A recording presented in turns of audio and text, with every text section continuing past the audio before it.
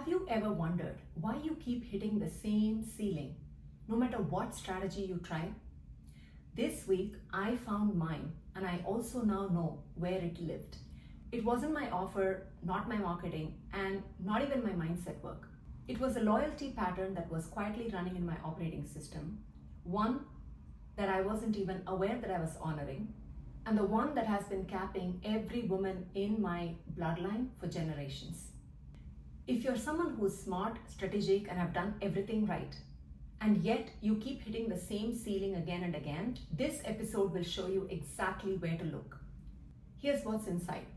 The exact mechanism behind the ceiling that no strategy can break, and how I found that in a 2-day systemic constellation class. Why women in my lineage all shared the same financial ceiling, and the one reframe that completely changed it for me. How to catch your old self running a fear strategy disguised as a brilliant new idea. What a 0.04% chances of winning a mahjong game in full flow state taught me about hoping versus knowing. And the book Insight that entirely rewired my relationship with prayer, trust, and receiving. Hi, my name is Ajita. Welcome to my YouTube channel. With over 20 years of corporate executive experience, I am now the strategic advisor to tech founders and senior tech executives, upgrading their internal leadership architecture to lead at visionary scale. What I shared with you in this video is my live business building experience. I am not building this business from hustle, grind, or overdoing. Instead, I'm using 4 key principles, what I call the 4 I's: infinite intelligence, identity, intuition, and inspired action. This is my live case study of going from 0 to $4.4 million in revenue in 12 months or less using the EPIC Leadership Operating System framework, which is my proprietary framework, where EPIC stands for Emotional, Physical, Intellectual, and Consciousness Operating Systems. And this is the same framework I use with my clients to get them to their goals and results. Week by week, you will see invisible shifts creating visible results, and we are now on week 9. Let's see what's shifted. What I'm sharing with you in this video are key incidents that have unfolded in my reality over the last week, and what impact they had on me internally using the EPIC lens, which is emotional, physical, intellectual, and consciousness. And most importantly, what can you take away as the listener or the viewer of this video? The first incident was on Tuesday last week. I decided to pay in full for the inner circle mastermind that I had spoken about in the last week. And this was the day I made the transaction unfold. In my life, this is the very first time I have moved that amount of money on my own for any investment directly for my own self. So here's what unfolded with the EPIC lens. Emotionally, there was discomfort and certainty at the same time. There was no fear. There was definitely discomfort because I've never moved that kind of money for my own business and for business development or even for my personal development. So it came with a little bit of discomfort, yet the knowing that this was the exact thing that I needed to do at the moment was also very strong. The key is this was a decision that I made even before I had the revenue to justify this investment. And physically, because I had already started my 10,000 steps a day ritual, if you may call so, I felt the movement already. I was already moving in alignment with this decision, and hence I would say my body was pretty aligned with the decision that I made, and I was able to take the action without any type of discomfort in my body. There was emotional discomfort, but physically I was perfectly fine taking care of the transaction. Intellectually, the old narrative would have been, this is reckless and maybe I'm even not responsible enough because there's no revenue to justify this investment.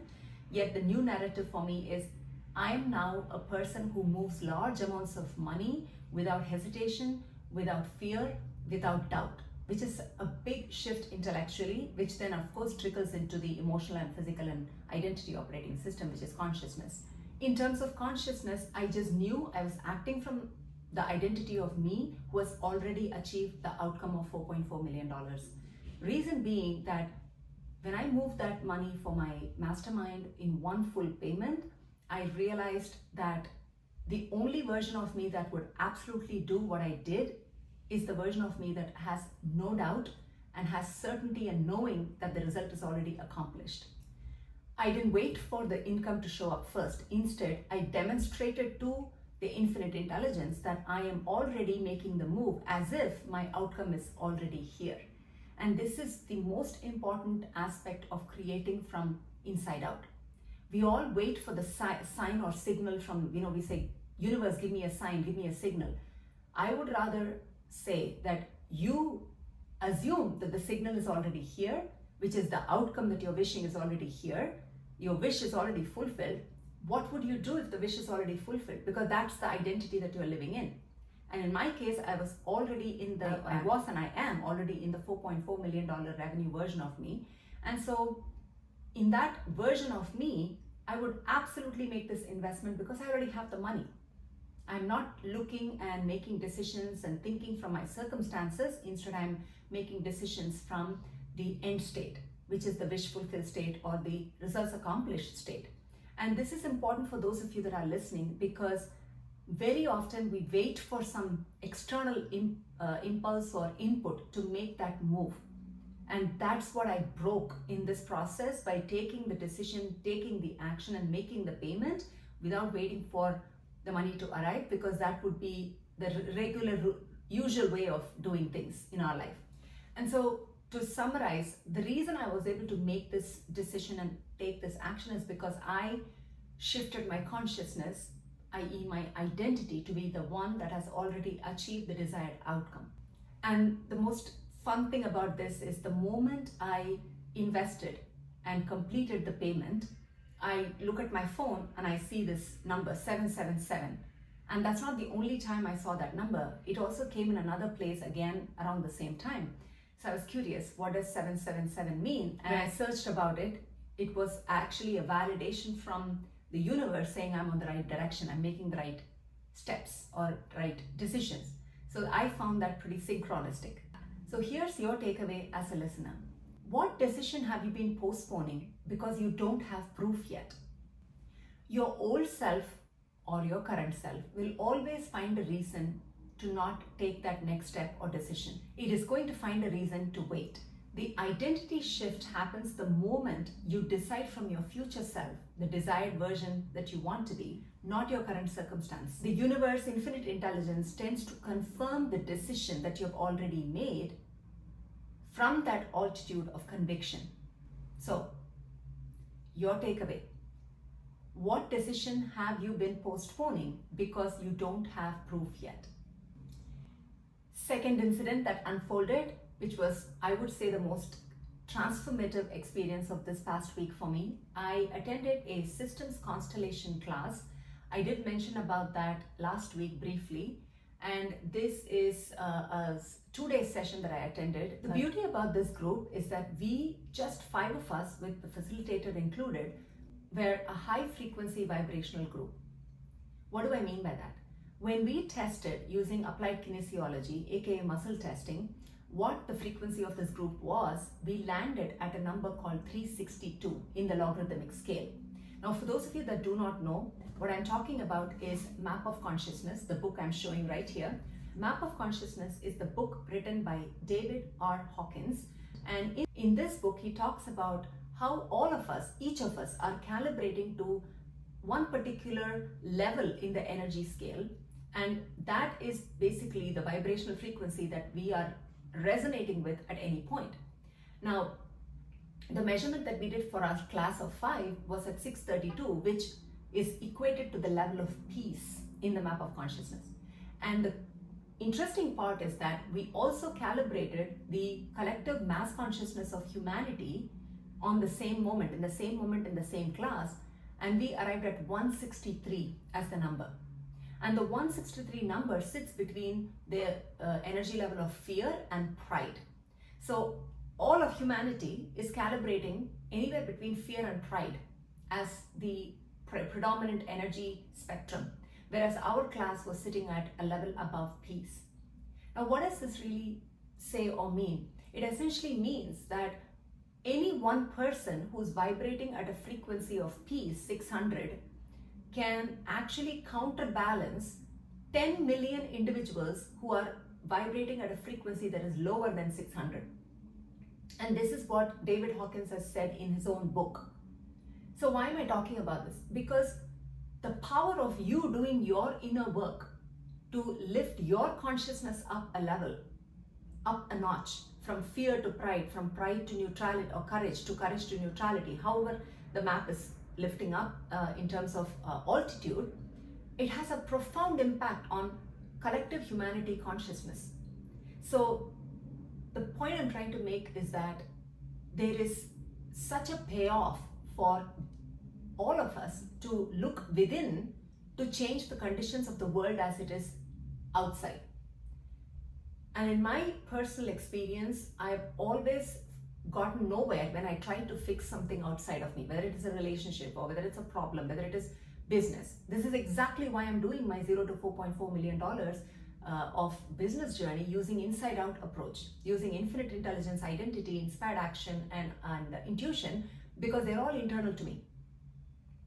I am not looking at hustling and grinding on the external front, because I completely understand and appreciate the power we hold from within. And so this experience of calibrating at a level that is higher than peace was humbling to say, okay, my choosing to be in this class at this moment has already contributed on a massive scale to the collective consciousness. Because the five of us vibrating at a 632 peace level or above peace level has already counterbalanced 10 million people's vibrational frequency being lower than that.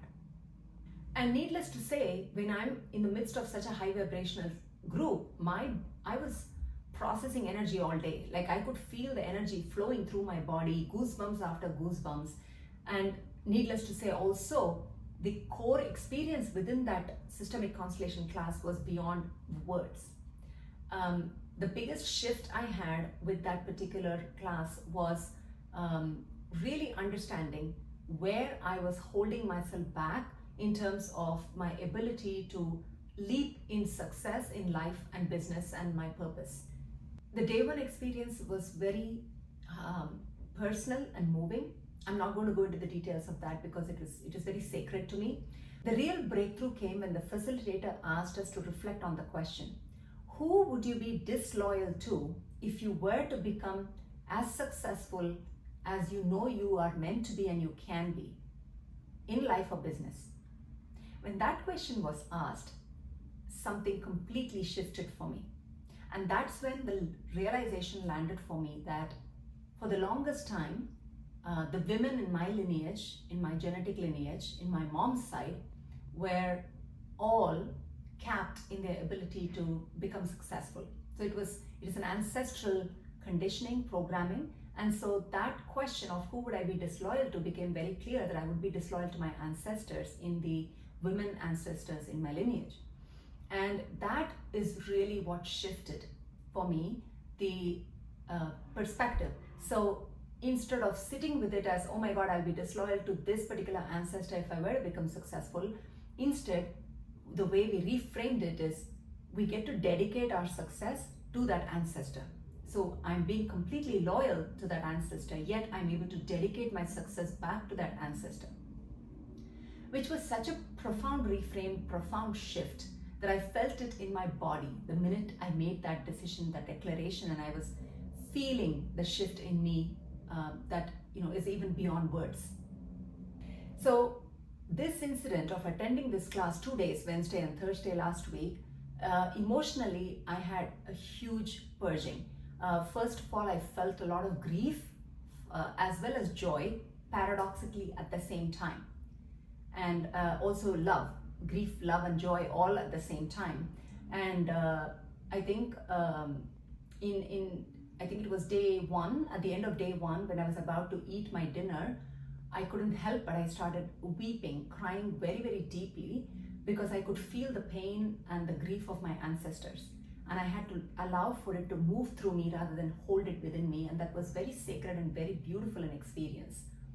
And physically, I would say the best thing that happened, besides the fact that I was feeling the energy coursing through me entirely in the class, Day one, after the class was over, my body was exhausted. I had to go take a nap, and I think I slept for an hour and a half after the class, and I even skipped my pole dancing class that evening because I just didn't have the energy to. And yet, at around 7:30, I decided to go for my Bollywood dance class the same night because something felt right about it. And I'm so glad I made the decision, because that class, the way I moved for an hour and a half, all that needed to be cleared, I was clearing through deep, intense sweat. I've never sweat that much in my life. I was sweating like a pig. I don't know if that analogy is right, but that's what happened. And it was the best thing, because I showered before I went to the class and I showered after I came back from the class, and it was like as if I had washed everything that needed to be washed out of the first day's experience in the physical aspect. I would say intellectually, the biggest breakthrough was reframing that my ancestors' unmet longing is not my burden to carry. Instead, it is my inheritance to complete and dedicate to that particular ancestor. And I also had another awareness intellectually, which is there is a certain frequency of vibration that exists in groups, and becoming more aware of which groups and rooms do I want to be a part of, because being part of a group calibrated at 632 in map of consciousness scale, a level above peace, is priceless. It is incredible to be sitting in the midst of such high frequency individuals. And so it became apparent to me that I'm going to be more mindful of where I sit, who I mingle with, which groups I'm a part of, because that makes all the difference in how we show up in this world. In terms of consciousness operating system, I would say the bigger shift there was in the Constellation work. We also did an exercise to check about my Silicon Valley alignment for my business and me. And surprisingly, as a result of that exercise and experience, it became evident to me that the ask of me from infinite intelligence is to be my true self, authentic, unfiltered, raw, true self, the singer that I am, the artist that I am, the coach that I am, the advisor that I am, the healer that I am, to completely embody all those aspects of me and show up in that fullness, wholeness everywhere I go. To be unapologetically me, that is the mandate, if you may, that has been asked of me. And so the conclusion that I experienced as a result of that constellation about Silicon Valley and my alignment to it is that I get to be whoever I am, regardless of where I am in this world. I belong no matter where I am, because I am me. I've been created uniquely in this format, in this way, for a reason. I don't need to shun any parts of me or reduce any parts of me to be to belong or to be accepted. I do know in every fiber of my being that I belong and I am accepted wherever I am because of my true version of who I am. So here's your takeaway from this particular experience of mine. If you keep hitting the same ceiling and your success keeps plateauing, then ask yourself, who in my lineage am I being loyal to, knowingly or unknowingly? And whose limitation are you honoring as loyalty?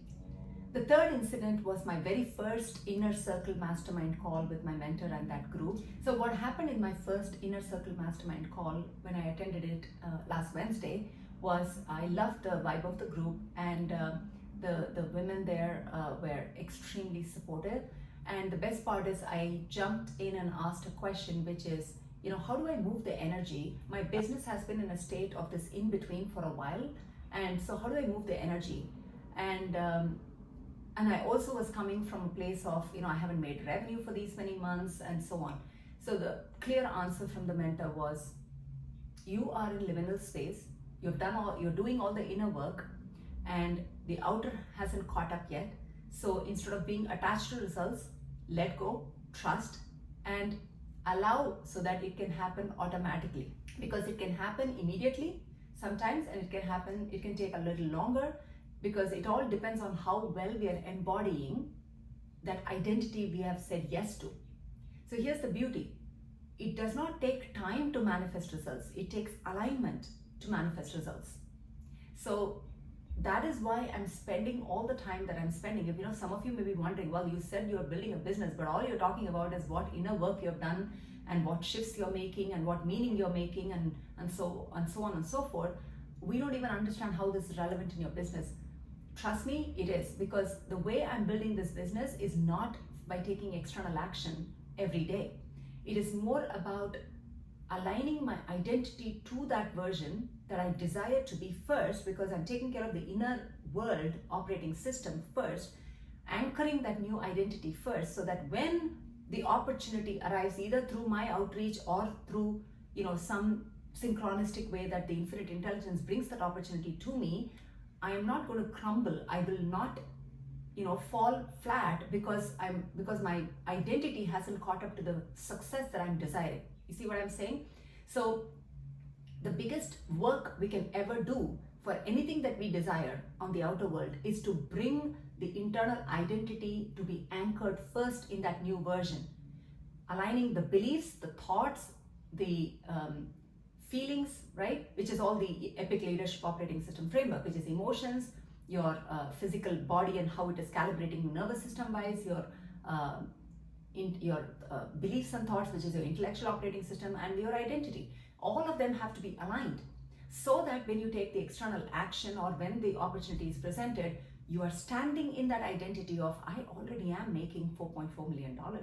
So now I'm talking to somebody from that identity. So selling anything like $50,000, $100,000 or even $1 million deal should be a no-brainer, because your identity is anchored in that version.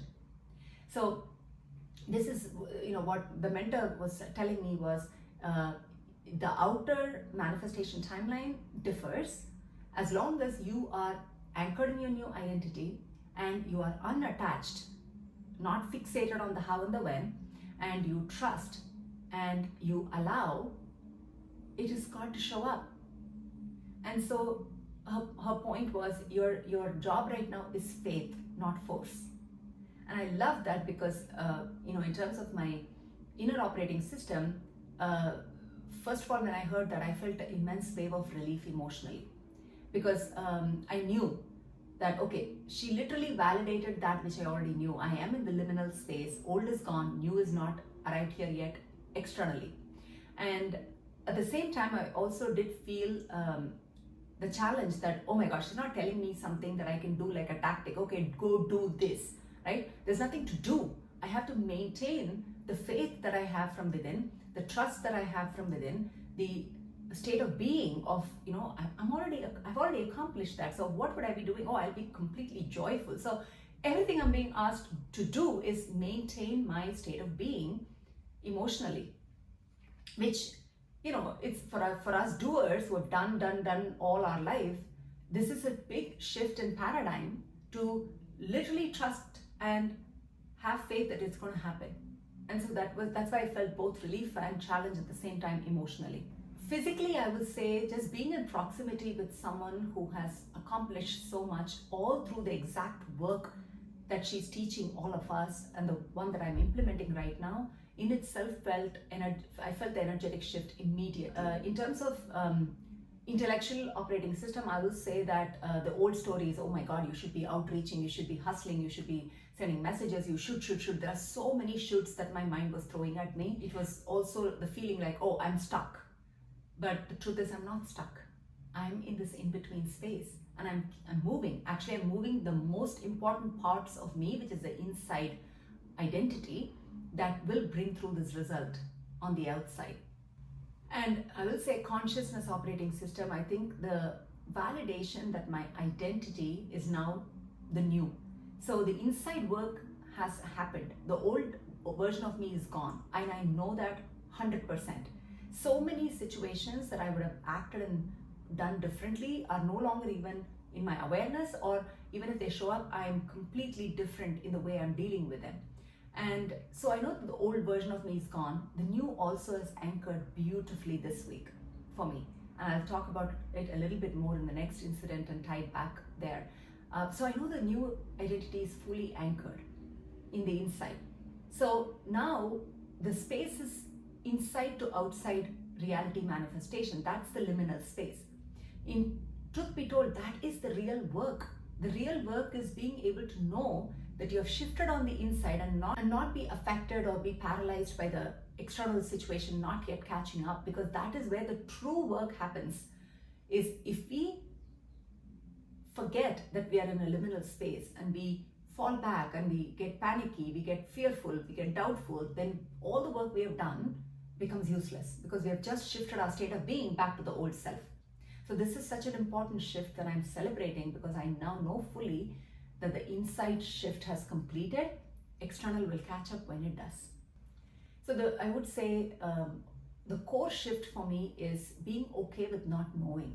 Because right now I don't know, my logical mind doesn't know where the client is going to come from, how it's all going to unfold. There's absolutely no clarity. And so being okay with not knowing is one of the biggest lessons, or I would say biggest growth areas for me that I'm fully embodying at the moment. So here's your takeaway as a listener. The space between your old results and your next level, we often see that as a gap, like as if we are stuck, but we are not. This is the most important gap, or what we may even say, this is the most important real estate in your journey of becoming. So if you are in that space right now where you're not getting new clients, you're not making money in your business, whatever that may be, I would love for you to ask yourself, am I failing or am I in liminal space? More often than not, you are in a liminal space. And the answer to that changes everything about how you use your energy from this point on. Because you are not in the story that I'm stuck or I failed. Instead, you know that this is the space naturally between your old version and your next level version. The next incident, which is incident 4, was when I was taking a walk right after the inner circle call. My mentor was talking about, I'm going to be having a one-on-one with her, and she was talking about, we need to talk about some of your funnels and so on. And funnel, for those of you that are not aware, is essentially the process through which you get leads, prospects, and then convert them into your clients. And I don't have anything like that because I'm not going after mainstream clients. But the minute I heard her talk about it, my monkey mind came back. So here I am taking a walk on Friday evening, my 10,000 steps, and there started the chatter. Why don't you just launch an offer for leadership development program or a course and create a funnel, run ads through LinkedIn or Facebook and start getting people and start running a cohort. And why aren't you thinking about it? It's not either or, you can do both, right? This is the chatter in my mind. The minute I put some of that information into my AI system, I use Claude, and I said, hey, I'm planning to do this along with that. If I'm doing this offer for senior tech leaders and really helping them get their inner operating system upgraded so that they can feel a lot more in control with all the changes happening with the AI stuff and job fear and so on, what would that look like, right? So it gave me a very practical feedback saying, so if you want to use LinkedIn, it's going to cost you about $8,000 to run ads. If you want to use Meta, it's going to be probably $2,500 to $3,000. And if you're going to price your offer at $5,000 to $10,000 per person for a 6-month container or a program, you may make anywhere between whatever to 80 to 150K. That's what it gave me as a number, 150K. And I saw that number and I was like, my body literally contracted. So this is the physical operating system reaction, right? Emotionally, I felt a little bit excited. Okay, this sounds great. Why should I choose between this or that? Let me do both. I was excited. And but then when I saw Claude's response in the number, I felt immediate deflation, and I also felt the contraction in my body. And so here is the realization from it, right? If I truly wanted to do something because I love doing it, even if I wasn't getting paid for it, and I love doing it, the number 150K, 80K would not have bothered me at all. I would have simply said, yeah, I'll do it. I wouldn't even bother to go look in Claude or ask Claude what the numbers are. I would have just done it because it would have felt naturally something that I'm excited about and I want to go do it. So this made me realize that this idea of doing something that I'm very familiar with, that I know will succeed, I just know it will succeed. In fact, I know I will be launching a program for tech professionals 6 to 7 months or even a year from now. I know that that is part of my path, but now doesn't feel like the right time for it. It doesn't feel intuitively aligned as the right time. So the minute I saw my contraction, I felt it and I knew this is my mind trying to take me back to what's familiar. And that is a big, big realization so what I'm trying to say with this is that even now, despite my new identity being anchored, there are moments where this mind, the egoic mind, shows up and says, you gotta go there, it's safe, you know it, you know how to do it, you can't fail there, just go there. It's very tempting to bring you back to what's familiar. Intellectually, the realization that the mind was asking me to go to what's familiar, and then naming that as what it is, and also that I wasn't really doing all the steps that I was being asked to do in my what I call the business strategies that I'm working with right now for landing those big deals. They have given some steps for me to do, and I have not implemented them over the last 2-3 weeks. I've been sitting on it. So there's also resistance that I noticed.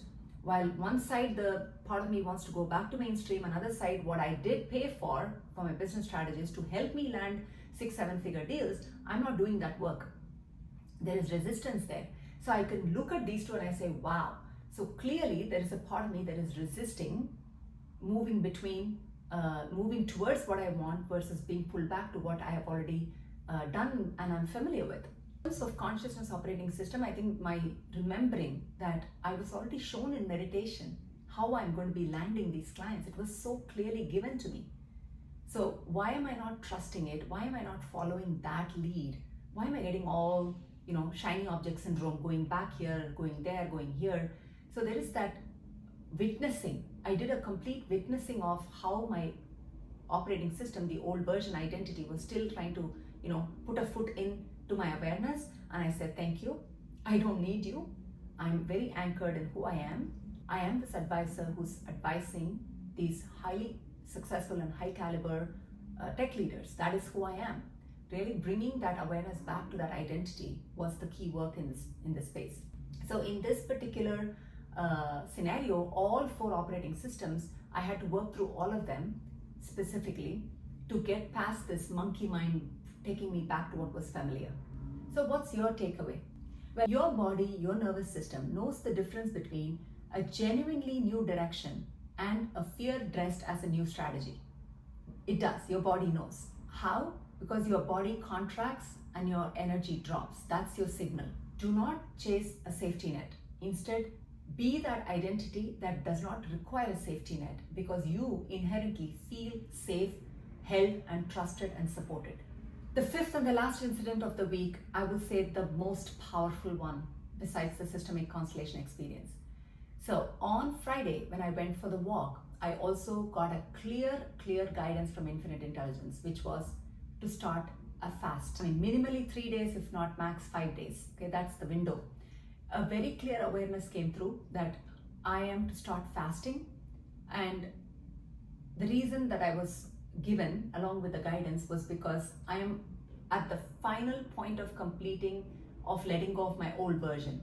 So fasting, I was given as guidance, is going to accelerate my move to that new identity. What does fasting do? It essentially deprives your body of any new food and work that it needs to do, thereby freeing your body and your bodily functions to work on what needs to be cleared out of your system, right? It's the best way to release physically all that stuff that no longer is required and is no longer serving you. And incidentally, I think the evening before, I watched a YouTube video on 5-day fasting, and the person had done an amazing explanation of the benefits of fasting, especially from day 2, 3 and 4. And the key in that is autophagy. Autophagy is where your body starts to feed on dead cells and things that are stuck in your system that aren't supposed to be there. It starts to consume that and starts to use that as a fuel and start to release that which no longer belongs in your body. And the longest fasting I've done ever so until then was 17 hours in intermittent fasting. So This time I was trying to negotiate a little bit in the walk with infinite intelligence. Maybe I'll meet with somebody for consulting about fasting, how safe it is, blah, blah, blah. Nope, it was a very clear guidance saying you gotta start fasting ASAP. So here's what happened. I did find another fasting video. I found another fasting institute and I booked a consultation with the representative of that institute for Monday, okay, yesterday. Today, I'm recording this on Tuesday. So I booked a consultation with them for yesterday evening. But in the meantime, as I walked and this guidance came in, I knew. And if there's one thing I've learned in this journey is I have stopped negotiating with infinite intelligence. I have. I don't argue anymore. I don't negotiate anymore. If I hear a clear guidance, I simply say, yes, your wish is my command, and I just go do it. So what happened? Friday when I came back from the walk, I took my last heavy meal, didn't care about any protocols of fasting. 7:15 p.m. Friday was my last meal, and I decided to fast from there on. And I found a electrolyte, sugar-free, and I found a mineral capsule that I could have. And that's it. I got on the path, and Saturday I went to my dance class while I was fasting, and I went through all of Saturday. Actually, Saturday, the first day of my fasting, when I woke up in the morning, my body already knew it was going to get the best break ever from processing food. I felt so much happiness and joy when I woke up in the morning. Like I was in a different state on Saturday morning. All day Saturday went perfectly fine, no problems. I had a lot of electrolytes. Saturday evening, I got the sudden creative urge to create a mandala art, right? For those of you that don't know, the art that you see behind me is a kind of art that I make. It's called mandala art, and it's highly meditative and highly healing for me as well as for the people that watch it and receive. I haven't had the mandala mojo for months.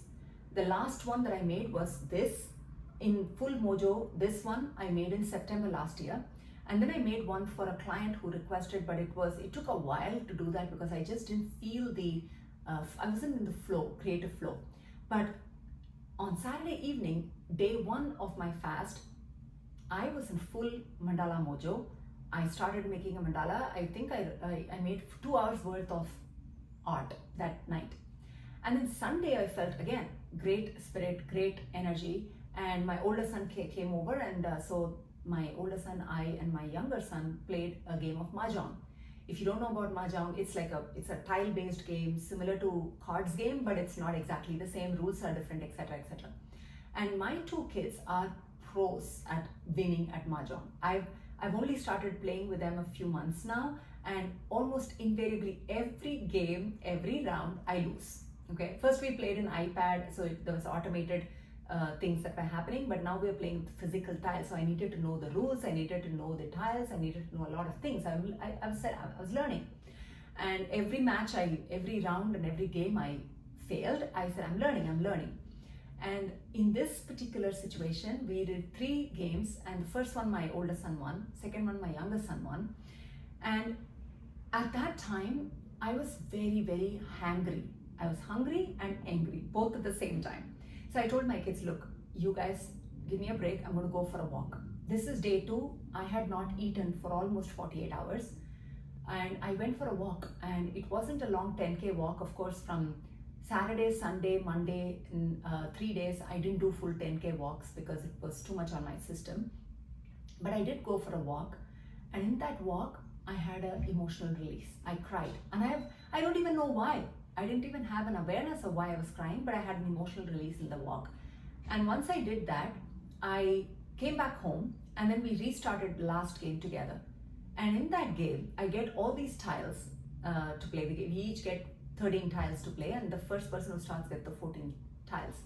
And we were starting to play, and I'm noticing that every single tile is of a different type. Like, you can't make any sequence, you can't make much with it. Every single one is different. And I literally make a statement to my kids, like, who gets this kind of different tiles to play with? Like, what do I even make of this? And I didn't show them the tiles, but I said it out loud. And then they educated me saying, no, there is a winning hand you can go for. It's called 13 Orphan Yakuman, where each tile is individually different, and you can go for a first and a terminal tile, and one of every wind, one of every dragon, and so on. So they gave me they explained what I needed to go for. And then my older son tells me, but you know what? People never get that. They'll never win with it. I've not known anybody who wins with that because it's very, very rare, Mom. And then the intuition comes in. Like, no, I'm going to go for this. I just said, no. Look, anyway, I keep losing every single round and every single game. I have nothing to lose. I'm going to go for this hand. So that was intuition speaking, and I said, let me go for it, right? And so we started playing, and there's this deep knowing in me, like, I am winning this round. I just knew it. And we kept going around. I even declared, so when you're one tile away from winning, you have to declare something called Ricci. I even falsely declared Ricci, but thankfully, both my kids are very strict about rules, by the way, when we play games.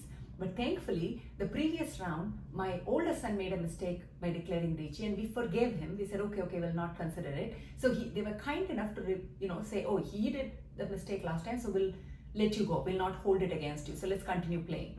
I was like, okay, great. And the beauty about this entire composition is that I can't take someone else's discarded tile. I have to draw it from the pile in order to win.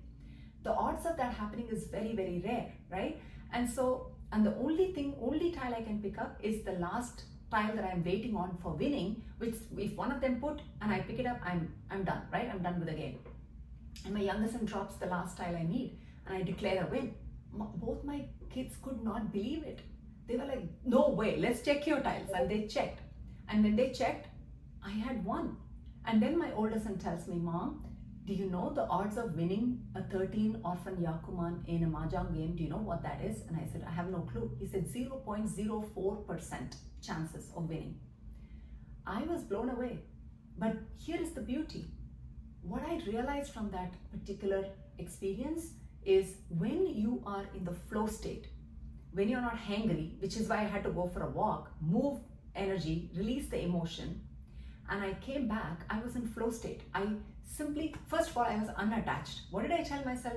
I keep losing anyway, so why not go for this hand? So I was first unattached. Number two, I followed my intuition. Number three, I knew. I had such a strong knowing that I was going to win this game. No matter what, my older son kept telling me, you're not going to win. It's very rare, it's very hard, and so on. They were both surprised and actually were pretty impressed by that win. And all because I followed the very things that I'm talking about for my business, right?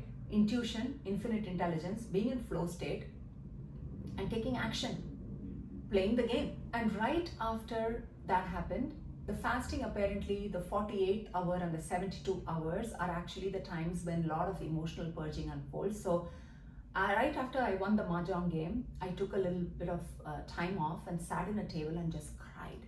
I knew I was grieving the loss of my old self because I could feel the version of me that gave so much and got so little in return was feeling so sad. She was leaving from my awareness. She was saying goodbye to me.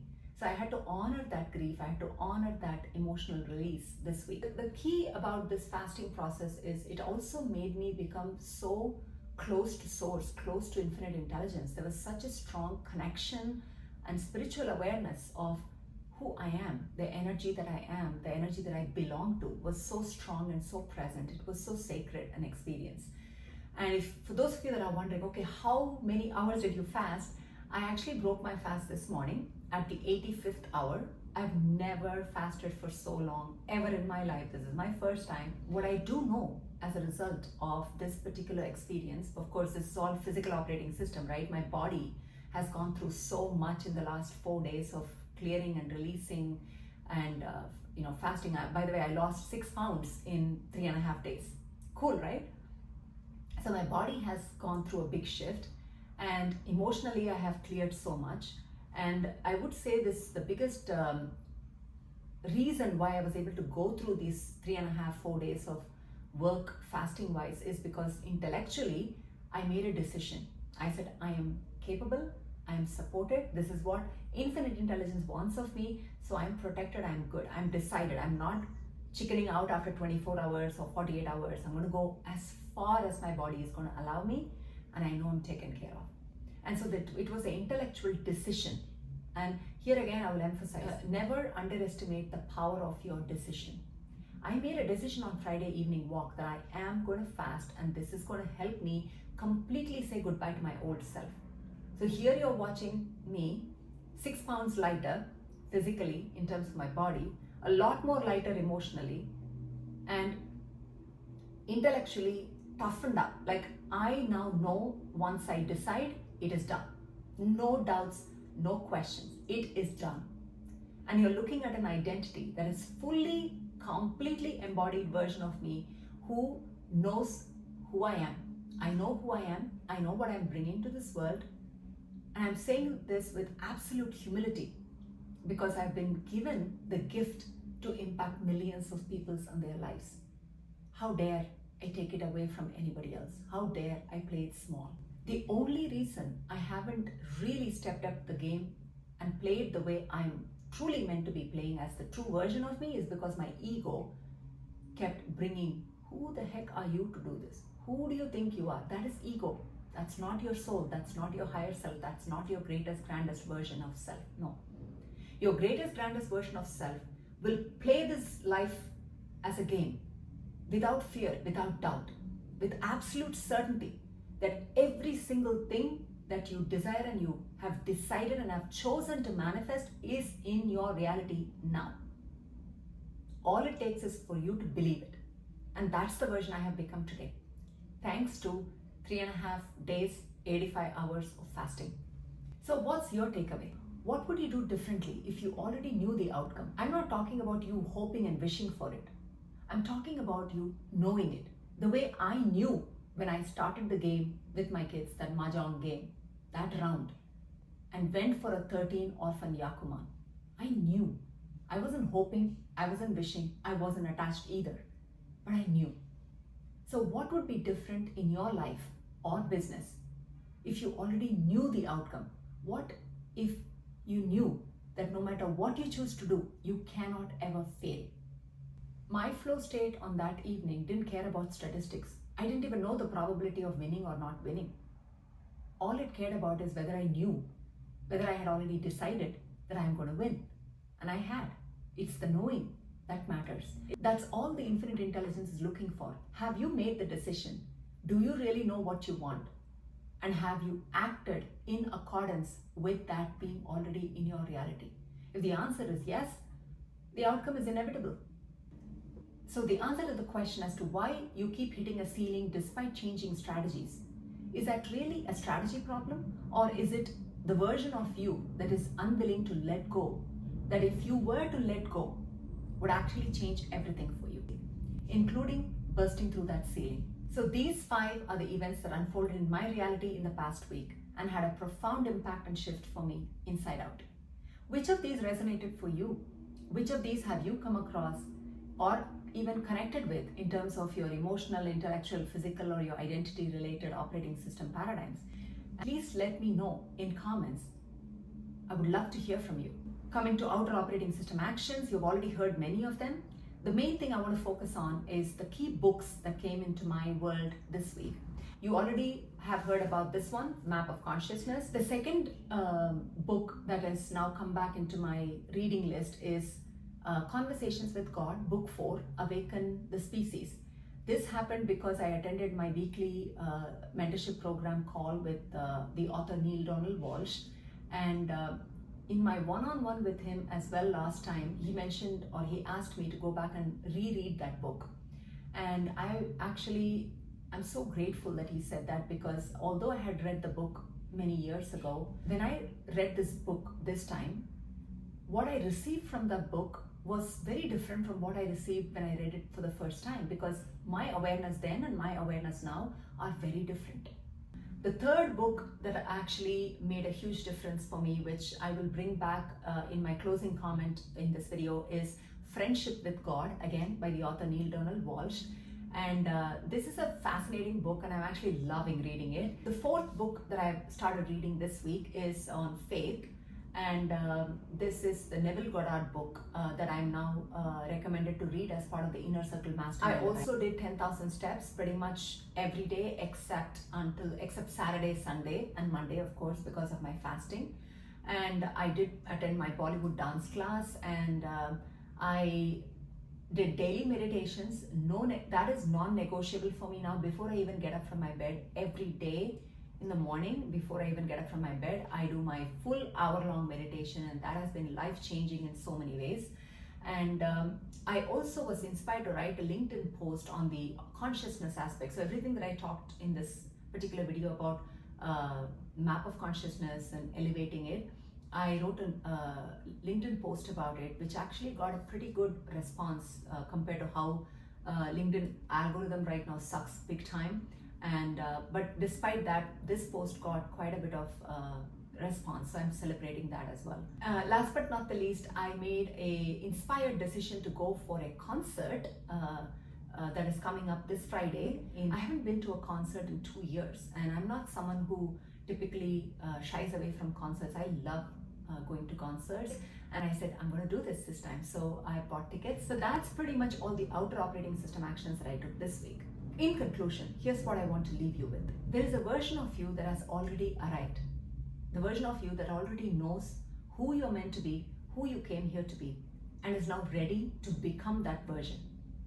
This week, my experience taught me that deciding from a place of intuitive knowing to be in the systems within Constellation's class amongst people that brought the vibrational frequency to a level above peace, or even the decision to invest paying in full that I've never done before, or the flow state in which I played the game that had such a slim odds of winning, all of these came from a place of knowing, intuitive knowing, because I've learned something about knowing. So here's what knowing is not. It's not confidence, it's not positive thinking, it's not an endless list of affirmations for you to rattle out.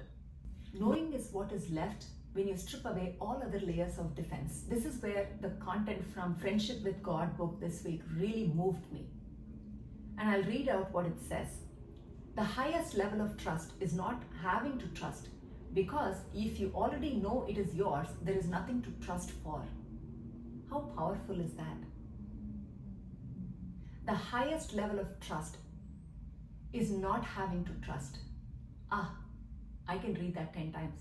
The highest level of trust is not having to trust, because you know it is already yours and there is nothing to trust for. So stop asking and start being open to receiving.